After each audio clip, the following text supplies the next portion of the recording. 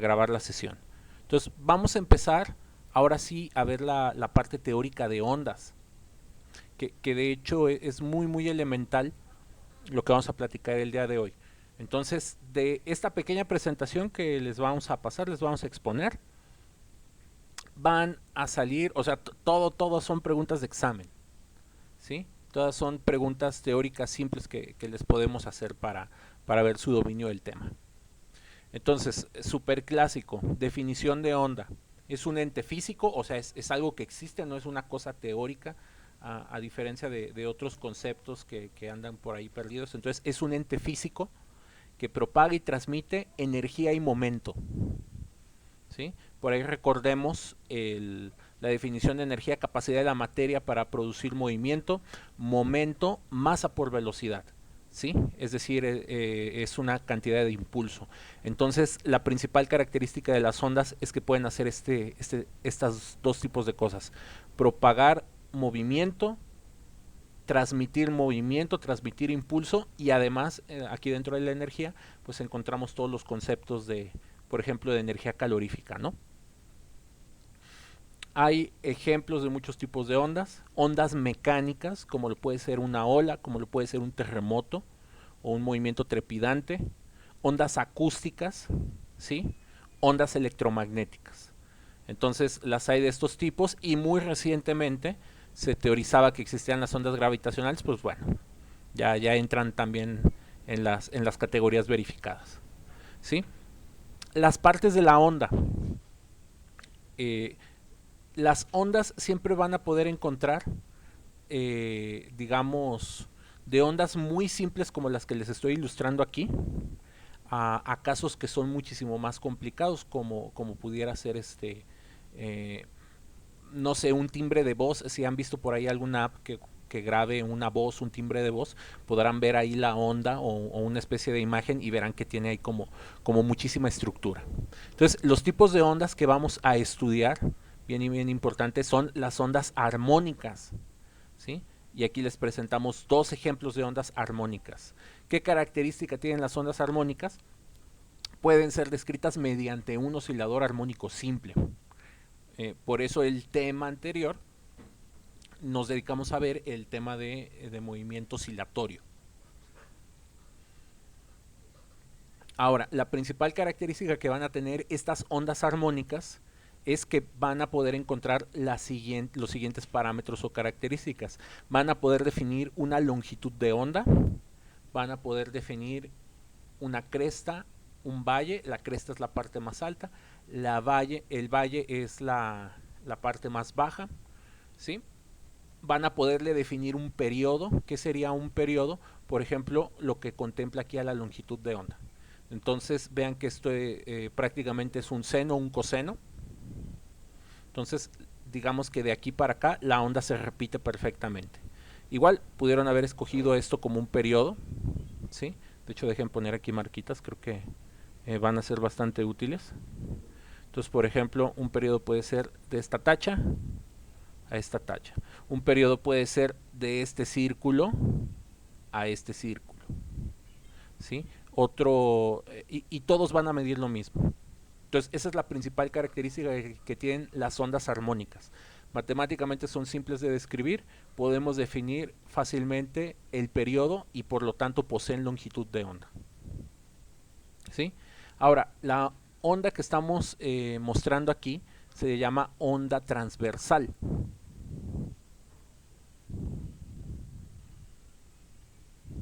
Otra pregunta de examen.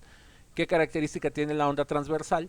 Que se propaga la vibración o la oscilación, el movimiento armónico simple, ocurre de forma perpendicular a la dirección de propagación. Entonces, esta onda está viajando de izquierda a derecha, entonces las oscilaciones ocurren arriba abajo. Ejemplos de ondas transversales son las electromagnéticas, o en este caso, en términos más llanos, la luz, ¿sí? Ahora vamos a cambiar aquí de color. Esto de aquí abajo es una onda longitudinal.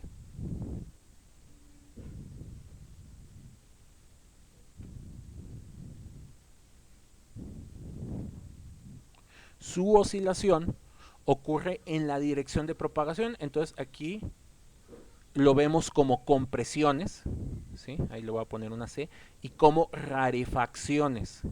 Si por ahí alguna vez habían escuchado el término el aire está enrarecido o el mal de montaña, bueno, eso significa que el aire está perdiendo densidad. Como pierde densidad, pues contiene, por ejemplo, menos oxígeno, y como contiene menos oxígeno, nos puede ocasionar muchos estragos, ¿sí? Entonces, un enrarecimiento del aire es una caída en su densidad, mientras que una compresión de aire es un aumento en su densidad. Entonces, aquí tenemos una compresión seguida por una rarefacción, compresión, rarefacción, compresión, rarefacción, etcétera. Entonces, el sonido que nosotros escuchamos sigue, obedece esta estructura. Incluso para ser más justos con la descripción, en realidad es una especie de esfera, ¿sí? Imagínense varias esferas concéntricas. Entonces, cada una de estas líneas que representa la esfera concéntrica de donde viene la fuente de sonido, la línea se la pueden imaginar como la compresión y el espacio vacío como la rarefacción, ¿sí? Entonces, un ejemplo de ondas longitudinales pues son las ondas mecánicas, particularmente sonido, ¿sí? Entonces este entra en la categoría de acá. Aquí le vamos a poner sonido. Entonces son conceptos muy simples, muy básicos, pero que no quiero que pierdan de vista. Para las personas que se sienten así, que quisieran más detalles en una clase, pues bueno, digamos que más metódicamente aquí les presento un material que pueden usar para repasar, ¿sí? Ahora, vamos a empezar a platicar de las ondas de sonido, porque vamos a ponernos a estudiar este aspecto. Entonces, ya lo dijimos, el sonido es una onda mecánica longitudinal. Es prácticamente presión. Esto es bien, muy útil y muy interesante. Las rarefacciones se pueden ver como presiones negativas, mientras que las compresiones se pueden ver como presión positiva. Entonces, la presión que estudiaron o que alguna vez pudieron haber escuchado en estos temas de los gases ideales, ¿sí? Y también la presión mecánica, pues bueno, esa también se puede usar para describir este tipo de movimiento. Aquí veo un comentario de Gustavo, una disculpa. ¿Existen ondas caóticas? La respuesta es sí. ¿Sí? El proceso de propagación de una onda, por supuesto que puede ser caótico, y obviamente se va a tratar de una onda muy compleja, ¿no? Muy complicada, ¿sí? No siempre son constantes. O sea, ya una onda de a de veras, pues bueno, va a tener ahí mucha más complicación que lo que estamos mostrando aquí. Pero bueno, esta es la base, porque incluso esas ondas muy complicadas, o que le podríamos llamar ondas caóticas, por ejemplo, esto es un buen ejemplo de onda caótica, una ola de mar o un terremoto, ¿sí? Resulta que estas las podemos estudiar descomponiéndolas en muchas ondas más simples, pero bueno, ese es otro tema. Pero sí, es el objetivo de primero demostrarle o demostrar este tipo de ondas más sencillas es para que vayan aquí pescando los conceptos, ¿no? Este tipo de conceptos pues obviamente van a ser muy difíciles de encontrar a primera vista en estos fenómenos mucho más complicados. ¿Sí? Por ejemplo, el sonido de una cuerda de guitarra o de cualquier instrumento en general, digamos que es algo un poco más complicado que esto, pero no llega a este caso. Entonces, el movimiento de una cuerda de guitarra de ninguna manera se podrá categorizar como algo caótico, ¿sí? Y bueno, la teoría de cuerdas, esto tiene que ver con otra cosa completamente diferente ahorita que lo estás mencionando aquí en el chat, Gustavo. La teoría de cuerdas tiene que ver con el hecho de que nosotros conocemos perfectamente cuatro fuerzas o interacciones en la naturaleza. Conocemos a la gravedad, conocemos a las fuerzas electromagnéticas, que ya las estuvimos platicando el último parcial y vimos varios ejemplos, y vamos a ir profundizando en esto de rollo de la luz, ¿sí? Tenemos la fuerza nuclear fuerte, que es básicamente la interacción nuclear, lo que mantiene ahí unidos a los hadrones, y vamos a tener a la fuerza nuclear débil, que también es otro tipo de interacción. Entonces, el sueño guajiro de muchos físicos de muchos matemáticos, de muchos teorizadores, es que en lugar de que tengas 4 teorías, pues tengas una sola. Y esa teoría de cuerdas es un intento de, de estas 4 cosas, describirlas a través de una sola teoría. Nuestro mejor intento de fusionar estas teorías ha sido poder juntar estas 3. Y se llama modelo estándar de física de partículas, y es la teoría más exitosa de todas las áreas de las ciencias que jamás ha sido creada. ¿Por qué? Porque hace unas predicciones increíbles y todas son verificadas experimentalmente. Y la teoría de cuerdas, pues bueno, en su momento se le invirtió mucho y quedaron ahí a deber, ¿no? Entonces eso es la teoría de cuerdas, ¿no? Y le dicen teoría de cuerdas porque, bueno, para poder juntar aquí a la gravedad, fíjate, tienes una partícula es un punto, entonces esta combinación de 3 teorías, pues es para describir puntitos, ¿no? Entonces un truco matemático que a la gente se le ocurrió para poder juntar las 4, en lugar de pensar que las cosas más básicas en la naturaleza son puntitos, es decir, son partículas, ahora pensamos en 2 dimensiones y la gente empezó a hablar de cuerdas. Entonces la teoría de cuerdas propone que estas partículas que tú estás viendo aquí no es más que una, o sea, como son cosas muy chiquititas, cuando tú las ves como un punto, pero si tú te pudieras acercar y ver los detalles muy a escalas muy pequeñitas, más pequeñitas que los mismos átomos, que si tú pudieras llegar a las escalas por debajo de los quarks, tú verías que esto, en lugar de un punto, es una especie de cuerdita, ¿no?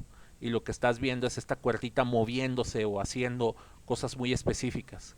Entonces, cuando la cuerda vibra de una manera, puede ser fuerza gravitatoria; cuando la cuerda se comporta de otra manera, puede ser electromagnetismo; cuando la cuerda a lo mejor está cerrada, interactúa consigo misma, puede ser fuerza débil, o puede ser fuerza electrodébil, o puede ser fuerza electromagnética con fuerte, y puedes combinar todo. Entonces, es lo que hace la teoría de cuerdas.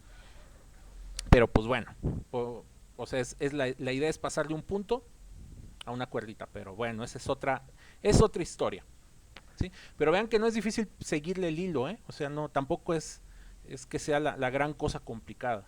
Y como todo, pues hay que ir aprendiendo un montón de matemáticas para poder ir abordando estos temas, ¿no? Espero que con eso quede más o menos satisfecha la duda de Gustavo. Ahora, aquí ustedes también van a poder encontrar la longitud de onda, ¿sí? Viene a ser la longitud de onda, que la vamos a estar representando con la letra lambda. Y ustedes también van a poder encontrar aquí la amplitud. La amplitud es el grado de compresión o de rarefacción. Entre más comprimido y más expandido esté el gas, podemos hablar de que tiene mayor amplitud. Entonces la amplitud la encontramos aquí oculta en la compresión y en la rarefacción, ¿sí? Y pues bueno, las crestas y los valles, a la compresión se le puede considerar como un aumento. Entonces la cresta va a estar en la compresión, la rarefacción va a estar en el valle. Entonces vean que recuperamos aquí toda la información que describíamos en la, ¿cómo se llama? Pues en la onda transversal. Ahora, una regla básica, que de hecho aquí vamos a sacar una ecuación, pero esta es la pregunta del examen que quiero que se queden. Entre más denso es el medio, más rápido se propaga, en este caso, las ondas mecánicas, que son el sonido, ¿no? Entonces, una onda no tendrá propagación en el vacío, o diremos que su velocidad de propagación es de 0 metros por segundo. Cuando estamos en el aire hablamos de velocidades alrededor de los 300 metros por segundo, ¿sí? Que eso más o menos lo categorizamos como Mach 1. Cuando nos encontramos en el agua pasamos de 300 metros por segundo a 1500 metros por segundo, o sea, se triplica. Y cuando pasamos de líquidos a sólidos, la velocidad de propagación del sonido podemos hablar de hasta valores de 5000 metros por segundo. Entonces la propagación del sonido es más rápida para medios más densos, ¿sí? Ahora, como dijimos que el sonido prácticamente es presión, una manera muy práctica de medir la intensidad del sonido es a través de los pascales. Entonces, para que nosotros podamos detectar nuestros oídos particularmente, o por supuesto que este valor va a cambiar para otros tipos de animales o seres, lo menos que puede registrar nuestro oído cuando se encuentra perfectamente sano, ¿sí? Es decir, cuando eres recién nacido, básicamente, porque el oído desde el nacimiento se empieza a deteriorar, son presiones de 20 micropascales. Entonces, el oído en realidad es un instrumento de medición muy, muy delicado, muy, muy fino, ¿sí? Entonces, si la presión está por debajo de los 20 micropascales, simple y sencillamente nuestros oídos van a ser incapaces de detectarla. Ahora, esta longitud de onda también se puede entender como una frecuencia, o sea, por unidad de tiempo, qué tan rápido se comprime y se descomprime, o qué tan rápido sube y qué tan rápido baja. Entonces, a este periodo espacial que le llamamos longitud de onda, le podemos asociar una cosa que se llama frecuencia, que es el número de oscilaciones que ocurren por segundo. Entonces, por ejemplo, digamos que esto está viajando para acá. Si logramos 400 compresiones y rarefacciones por segundo, podemos hablar de un sonido de 400 Hz. Si logramos 1000 compresiones y 1000 rarefacciones por segundo, podemos hablar de un sonido de 1000 Hz. ¿Sí? La frecuencia más baja audible que puede detectar nuestro oído es de 20 Hz. Entonces, por debajo de esto, nuestro oído tampoco va a detectar sonido. Y la más alta son 20.000 Hz, o también de forma más compacta 20 kHz. Entonces, las frecuencias bajas resultan en sonidos graves, ¿sí? Por ejemplo, ahí piensen, no sé, en algo como un ronquido. Ese es un ejemplo de frecuencia baja. Pueden pensar en el sonido que hace un bajo, ¿sí? O que hace un tambor así muy grande, o por ejemplo, otro ejemplo de frecuencia muy, muy baja pudiera ser mmm, las notas más graves del piano, ¿no? Las notas que ustedes encuentran en la parte izquierda, ¿sí? O la cuerda más gorda de la guitarra. Entonces esas son las frecuencias bajas. Las frecuencias altas tienen que ver con sonidos muy agudos, ¿sí? Entonces, entre más alta sea la frecuencia, ustedes van a percibir un sonido más agudo. Cuando ustedes están por debajo de los 20 Hz, se le llama infrasonido, ¿sí? Ejemplos de animales que pueden detectar infrasonidos es el sonar de las ballenas o de algunos cetáceos, o por ejemplo animales como cocodrilos, elefantes, ¿sí? Que los usan como medios de comunicación de larga distancia. Cuando nosotros producimos ondas mecánicas por arriba de los 20 kHz, le llamamos ultrasonido. Entonces también el ultrasonido nosotros ya no lo podemos detectar. Y hay escalas más altas, hay un área que se llama hipersonido, y bueno, cuando ustedes ya le subieron muchísimo, muchísimo la frecuencia de vibración, prácticamente le llamamos, se produce calor, ¿sí? Aquí en el rango de los terahertz. Pero bueno, estos son otros temas. Entonces, datos básicos que hay que deben de saberse son estos, ¿sí? Aplicaciones del ultrasonido, pues sonogramas, ¿sí? Esta es la nueva generación de ultrasonidos que está saliendo, ¿no? Este ya es un ultrasonido donde puedes recuperar estructura de vaso sanguíneo, ¿sí?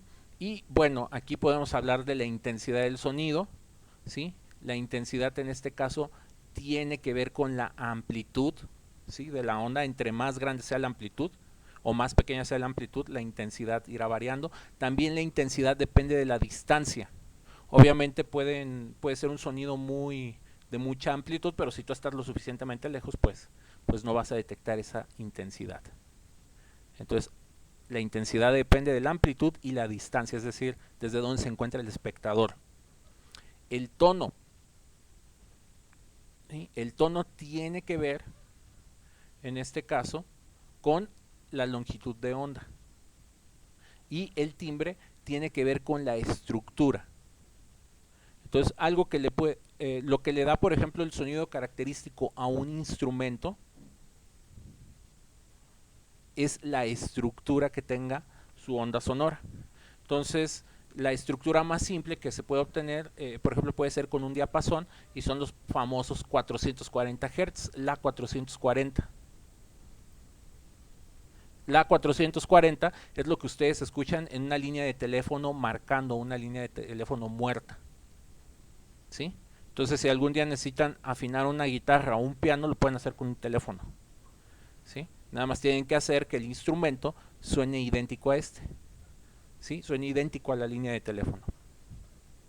Conforme la estructura se va complicando, pues pasamos de ese pitido, digamos, monotónico por ejemplo, aquí podemos lograr las 440 vibraciones, pero a este le puedes dar una estructura un poquito más complicada, ¿no? Entonces, esa estructura es lo que va a hacer que cambie el sonido y va a poder permitir que a lo mejor tú detectes la voz particular de una persona, o que tú digas, ah, eso que está sonando es un claxon, eso que está sonando es un tambor, eso que está sonando es una guitarra, ¿sí? Incluso instrumentos como los tambores se pueden afinar para hacer que den una nota en específico, ¿sí? Y pues bueno, revísense este video. Gracias a este señor me quise ahí dedicarme a los temas de ciencia, pero bueno, luego que les pase ahí la presentación lo pueden revisar. Última parte, ¿sí? Los famosos decibeles. Entonces, los rangos de sonido se pueden obtener, o sea, digamos, lo que puede detectar nuestro oído es una enorme cantidad de presiones, ¿sí? Entonces, para hacer una descripción de la amplitud del sonido, de su intensidad, necesitamos una escala logarítmica para hacerlo de una manera más sencilla. Entonces, aquí ponemos algunas medidas de cómo se utiliza. Entonces, se inventó o se definió el velio, ¿sí? Para calcular el número de velios o la intensidad en este caso de sonido, lo hacemos a través de esta fórmula, el logaritmo base 10 de la presión que estamos detectando entre la presión de referencia. Esta presión de referencia son los 20 micropascales. Entonces, esta P0 siempre es 20 micropascales, ¿sí? Ahora, como los velios son unidades muy grandes, es más fácil un velio partirlo en 10 partes, entonces trabajamos con decibelios, ¿sí? Entonces, lo único que tenemos que hacer es el velio dividimos entre 10, multiplicamos por 10, dividimos entre 10 y nos vamos a quedar con esta fórmula. Entonces, esta fórmula que está aquí sirve para que ustedes pasen de presión en pascales o presión en las unidades que ustedes quieran a decibeles, ¿sí? Y bueno, aquí dejamos unos pequeños ejercicios. Para entender bien cómo funcionan las escalas de los decibeles, digamos que aquí está el umbral de percepción, aquí están los 20 micropascales, ¿sí? Después, digamos que si pasamos a un sonido tipo un estudio de grabación, si han estado en un estudio de grabación habrán visto que son cuartos acolchados, donde casi no se puede percibir ruido. Entonces, de aquí para acá, hay, digamos, el umbral de percepción es 100 veces más pequeño que un estudio de grabación, ¿sí? O por ejemplo una biblioteca, aquí la vamos a tener más o menos en los 35 decibeles, 40 decibeles, ¿sí? Igual un salón de clases más o menos calmado. Entonces, cada vez que ustedes pasan del 0 al 10, del 10 al 20, del 20 a 30, hay una escala de 100, ¿sí? Entonces, eso hace muy amplias las escalas de decibeles. Por ejemplo, digamos que el sonido que hace una lavadora en comparación al de un cuarto aislado de sonido como es el de un estudio de grabación, ¿sí? Digamos que de aquí para acá son 100, luego de aquí para acá son otros 100, entonces 100 por 100 son 10,000, luego aquí otros 100, ya vamos a 1,000,000, aquí vamos 100 millones y aquí vamos a 1,000,000,000, entonces una lavadora suena 1,000,000,000 de veces más fuerte en términos de presión que un estudio de grabación, pero pues para hacer la descripción de ese número pues es muy impráctico, entonces por eso lo tenemos que hacer a través de una escala logarítmica como son los decibeles, ¿sí? Entonces es una fórmula muy simple, muy sencilla de utilizar. Otro ejemplo de escala logarítmica para que lo cachen son las escalas de los terremotos, la escala Richter, ¿sí? Por ejemplo, un 0 en la escala Richter significa que no está temblando. o es el temblor de fondo, el movimiento natural que tienen ¿cómo se dice? Que tiene la Tierra, ¿no? La Tierra inherentemente siempre vibra, siempre se mueve. Entonces, del 0 al 1 significa 10 veces en la escala Richter. Entonces, si dicen hubo un temblor de 1 en la escala de Richter, quiere decir que el movimiento de fondo vibró, detectado en el terremoto fue de 10 veces el ruido de fondo. Si hablamos de un terremoto en la escala de Richter 2, es 100 veces el movimiento de fondo. Si hablamos de 3, es 1000 veces la escala de fondo. Entonces, por eso cada vez que en la escala de los terremotos o de los decibeles tú avanzas un número, avanzas muchísimo, ¿sí?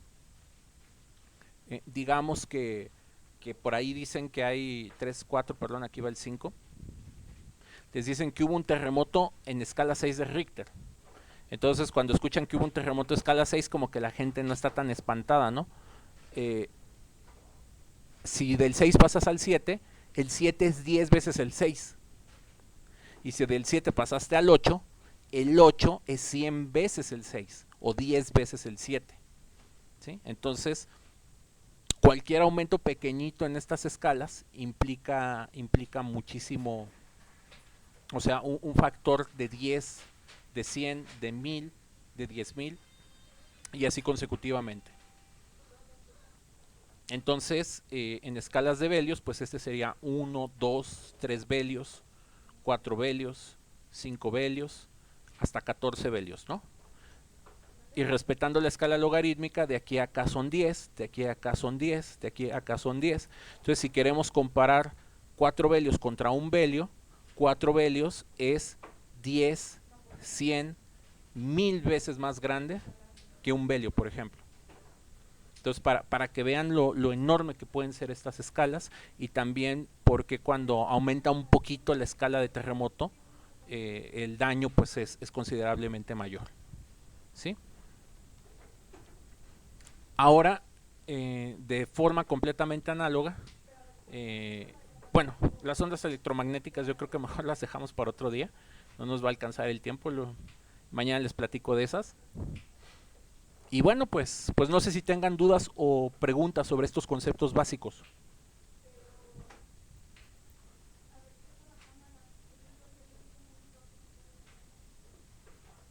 Entonces, igual para terminar, vamos a hacer estas transformaciones, ¿no? Y las transformaciones se logran con esta fórmula. ¿Sí? Entonces, por ejemplo, 25 pascales, transformarlos a decibeles. Un ruido de 25 pascales. ¿Sí? Y bueno, aquí tengan en cuenta ¿cómo se llama? Los umbrales de ruido, que más o menos empiezan por aquí. Aquí empieza lo peligroso. ¿Sí? Por ejemplo, ya ruidos de aquí para arriba pueden dañar permanentemente sus oídos. No sé si alguna vez habían escuchado que Bruce Willis era cantante. Es una anécdota ahí. No, profe. Bueno, Bruce Willis, ahí cuando era mucho más joven, una muy buena temporada, pues se dedicó ahí a la música, ¿no? Entonces, ahí digamos que su carrera estaba entre la actuación y digamos la producción de discos, el canto y todo ese tipo de cosas. Bruce Willis cuando filmó Duro de Matar uno, la película esta del que secuestran el hotel, hay una escena donde Bruce Willis ahí se está moviendo por unos ductos de aire acondicionado y le están disparando, ¿no? Y el Bruce Willis ahí va todo aventándose. Pues bueno, si han visto esa escena, están viendo justo el momento cuando Bruce Willis perdió la audición de uno de sus oídos, de uno de sus tímpanos. Al director se le hizo buena idea accionar un arma de verdad en la otra parte del tubo para que él se sintiera, digamos, estresado y la escena fuera más realista. Pues bueno, todo ese sonido se concentró a través del tubo y le destruyó, me parece que su oído izquierdo, y tuvo que dejar su carrera musical por grabar esa escena. Entonces, si en algún momento se les hace fácil acercarse a una turbina de avión, o hay una explosión, o hay un arma de fuego, tienen que ser muy cuidadosos porque pueden dañar sus oídos permanentemente. ¿Sí?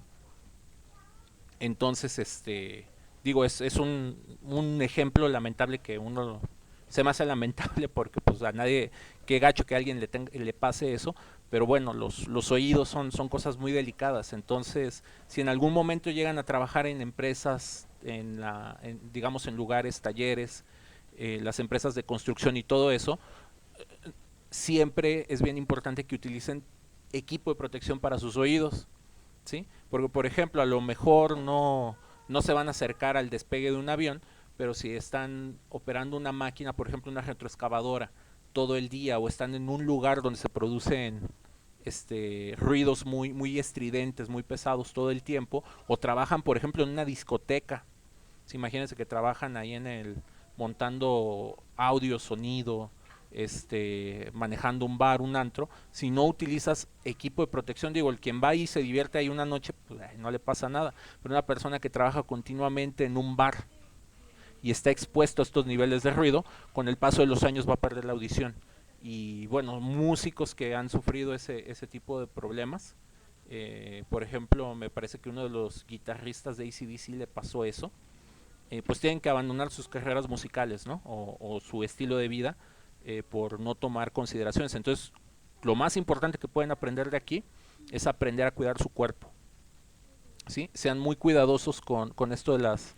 Si saben que un objeto produce cierto nivel de decibeles, y la máquina ahí trae un nivel alto, sean muy cuidadosos. ¿Sí? Por ejemplo, bueno, aquí Bolaños ya les está poniendo un ejemplo. Y bueno, si los oídos de los seres humanos son delicados, por ejemplo, los de un perro, los de un gato lo son todavía más. Entonces, ahí tengan cuidado con este tipo de cosas. Y bueno, ya ahora sí para terminar, hacemos este pequeñísimo ejemplo, estos simples ejercicios. Les dan 25 pascales, entonces quiere decir que esta presión es de 25, entonces vamos a calcular los decibeles. ¿Sí? Aquí decibeles lo voy a poner como un interrogante. Entonces es 10 veces el logaritmo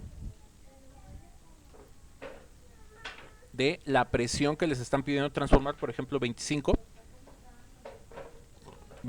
pascales, entre la presión de referencia. Y la presión de referencia, acuérdense, esa siempre es, para el oído humano, 20 micropascales. Entonces, yo les voy a dar el resultado directamente con mi calculadora, que ya la tengo aquí lista. Saquen su calculadora y asegúrense, por el amor de Dios, que pueden hacer este cálculo.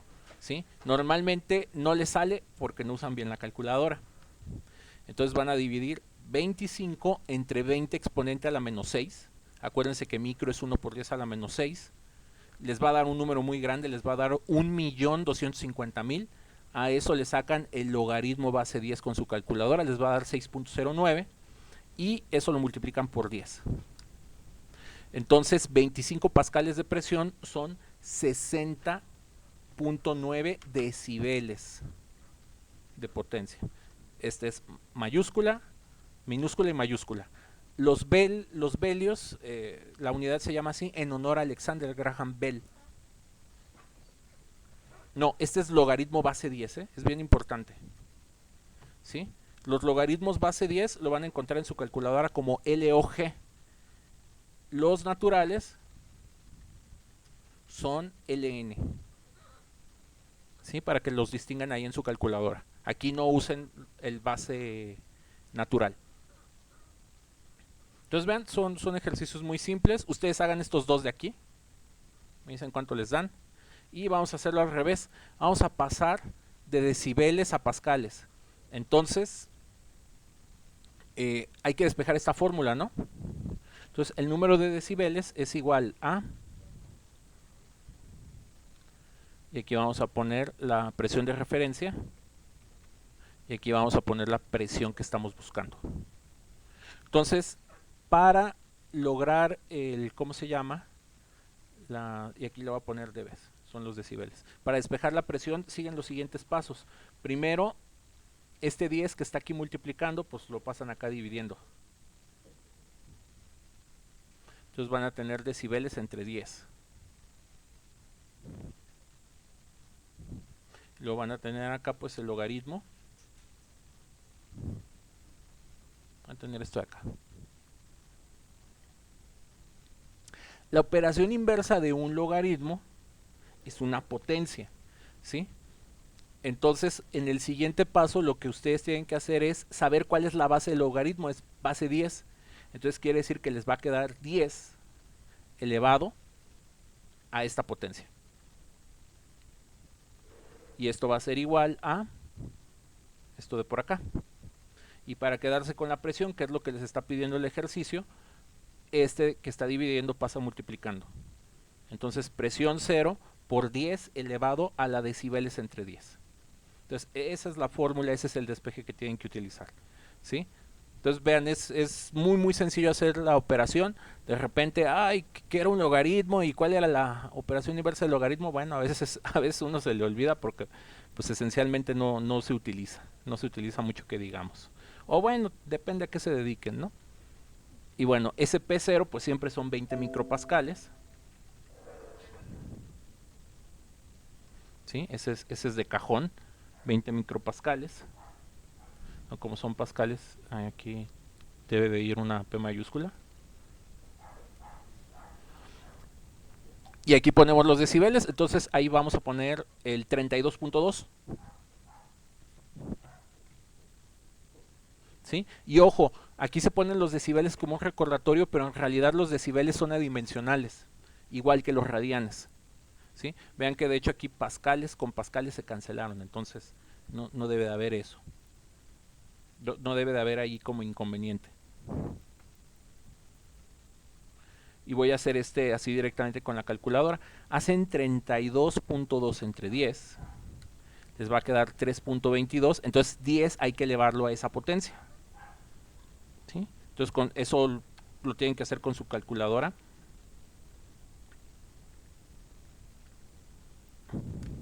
Ya que hagan esa potencia, les va a quedar 1659 y eso hay que multiplicarlo por 20 micropascales, o sea, 20 exponente a la menos 6. Entonces les va a quedar una presión de 0.03319 pascales. Y si esto lo quieren poner en notas, digamos en el sistema de prefijos del sistema internacional, una manera adecuada de ponerlo es ponen el punto decimal acá en 1, 2 en el tercer espacio. ¿Sí? Les va a quedar 33.19 milipascales. Entonces vean, son ejercicios muy simples, muy directos. Y pues eso es todo por hoy, muchachos. Les voy a dejar unas actividades para que vayan haciendo. ¿Sí? No es tanto la tarea va a tener que ver ya con la exposición en sí. Entonces, primera actividad se las voy a poner por escrito, pero aquí se las vamos platicando. Vamos a necesitar que estudien el capítulo 14, movimiento armónico simple. No se los voy a preguntar, de aquí no les voy a dejar nada, pero como vimos movimiento armónico simple, les recomiendo mucho que lo lean. Si no estudian este capítulo, les va a costar trabajo seguir los capítulos que sí quiero que trabajen en ellos. Entonces, estudien el capítulo 14. ¿Sí? Y las exposiciones van a salir del capítulo 21 y del capítulo 22. Y de aquí les vamos a dejar su tarea de equipo de este parcial. Entonces vayan pensando si van a querer sus mismos equipos, si se quieren reorganizar. ¿Qué les vamos a dejar del capítulo 21 y 22? Los problemas adicionales y de pensamiento crítico del 21 y del 22. ¿Sí? Y en las siguientes clases lo que yo voy a ir haciendo, voy a ir exponiendo algunos de los ejercicios y todas las correspondientes secciones para que ustedes puedan ir haciendo esa tarea poco a poco, que de hecho acuérdense, estas tareas ya están hechas, ¿sí? Están los solucionarios, si no les vuelvo a recordar la página de donde la pueden descargar y vayan organizándose para hacer estas tareas en equipo. ¿Sí? Entonces les recuerdo, entren a Google. Si no está en Google, está en la Deep Web.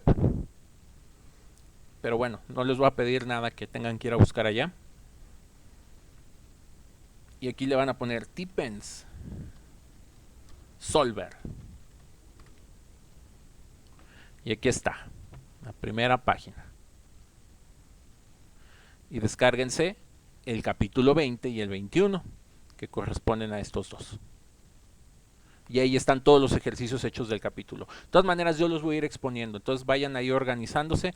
Pueden repetir equipo, pueden trabajar en individual. Les recuerdo que los equipos a lo más pueden ser de 6 personas. Las mismas reglas características que ya habíamos discutido. Y pues bueno, ahora sí los dejo, muchachos. Un último minuto para dudas o quejas. Y ahorita esto que les está aquí escribiendo, resumiendo Gustavo, se los voy a publicar en su grupo.